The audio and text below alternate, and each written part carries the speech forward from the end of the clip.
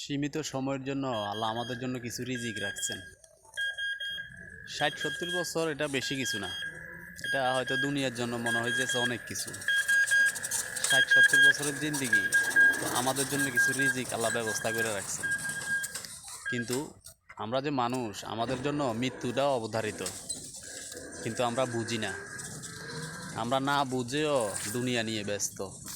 আরে ভাই, দুনিয়া যে নিয়ে যে তুমি ব্যস্ত, তুমি যে কাল তোমার মৃত্যু আসবে, মৃত্যুর খবরটা চলে আসবে, তুমি যে তখন জাহান্নামের আগুনে জ্বলবে, সে কথা কি একবারও চিন্তা করছো?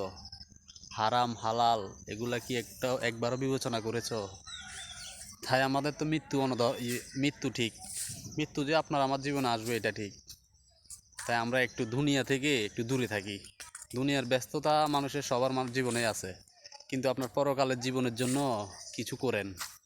যদি না করেন, দুনিয়ায় যদি আপনার সুন্দর যায়, কিন্তু কবরের জীবন আপনার অনেক কঠিন হয়ে যাবে। এগুলা মাথায় রাখবেন। আল্লাহ যেন সবাইকে বুঝার তৌফিক দান করে। আর সবচেয়ে বড় কথা হচ্ছে ভিডিওটা শেয়ার করে দিবেন, কিছু মানুষ দেখে যেন বুঝতে পারে